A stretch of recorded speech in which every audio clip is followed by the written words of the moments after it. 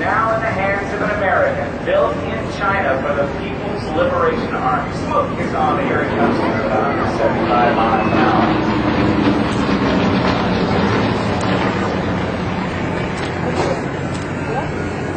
One of the interesting things about these airplanes is that the engines turn the opposite direction of American and British and Western and other Western and free world countries. But those behind the Iron Curtain were built turning the other direction. Now what Bill is doing right now is a horizontal aim in the sky. Look at the slow tank. You can see it come down the 45, throws the 6 to the right, and there it stretches it out. It's vaguely resembling a horizontal aim. That maneuver was invented in 1936 at the Miami Air Race by accident by the late Len Colby.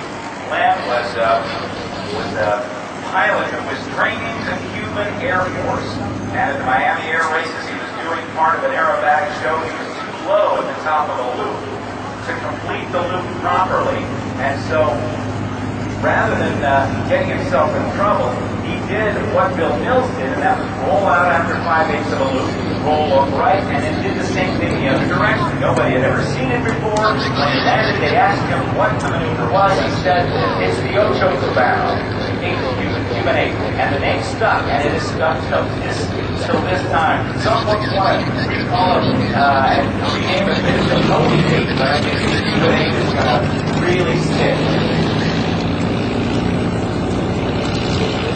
Fire like Sean Carroll's airplane, that Yak 9 with an American-built Allison V-12 in it.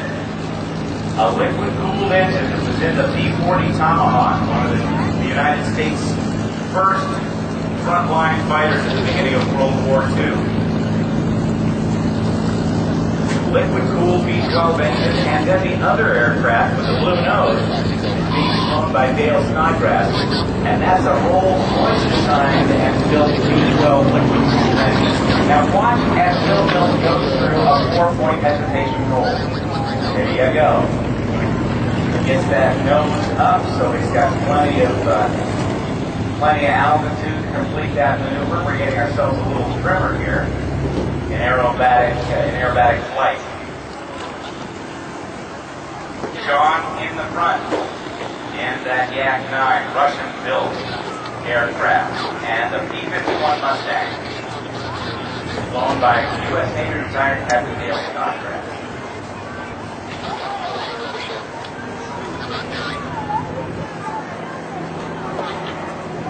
Bill Mills' airplane, this CJ-6 as he comes across, does a high G-turn. There's about a 5 times his normal body weight turn, a 5 G-turn. Climbs. Now as he gets out there, watch him roll the airplane back in and sharply to the right.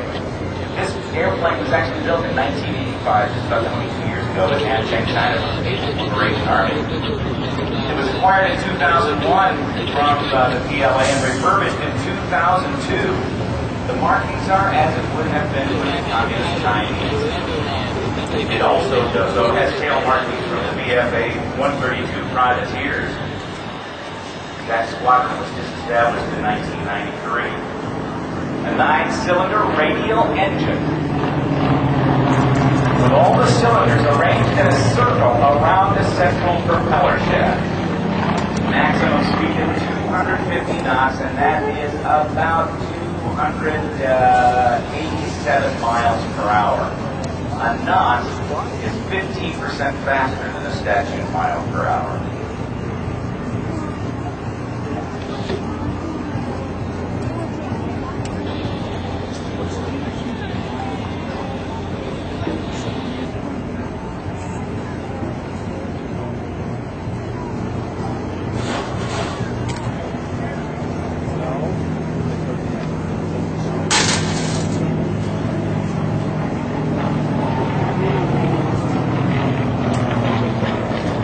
Watch the slow roll. This takes a lot of coordination between the stick and the rudder to keep it making a nice line across the sky.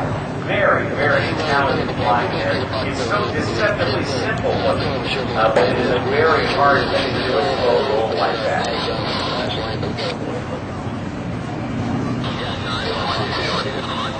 Bill Sturgeon soon tours with VFA 132 privateers aboard the USS Coral Sea and the USS Forrestal.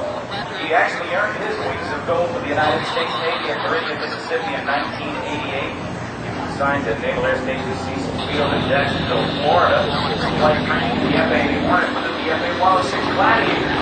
Based right here at NAS Oceana. There's a nice shot of that airplane. Very quiet engine. But we got a home guy flying a Chinese airplane here at the 2007 NAS Oceana Airshow. Now we're just about ready to launch Sean Carroll and Dale Snodgrass as Bill Mills now dives for some airspeed.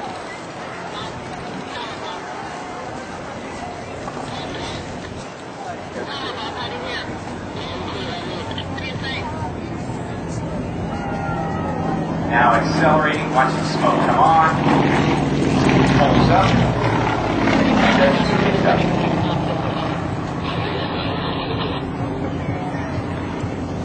Now as he gets back in the downwind, we're going to be launching, let's listen to these two engines, the Allison first, then the Merlin second.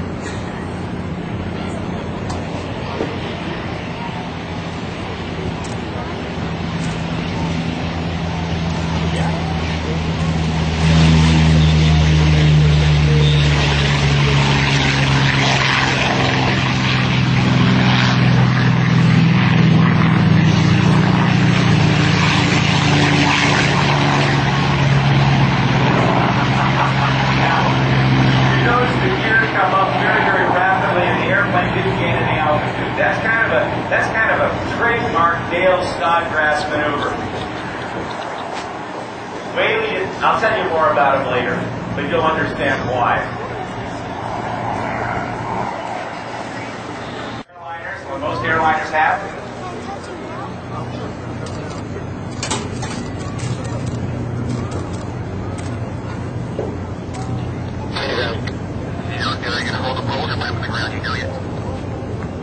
Now, ladies and gentlemen, let's give a nice round of applause to Bill Mills as we turn the mic over to the announcer for the Blackwater Parachute team.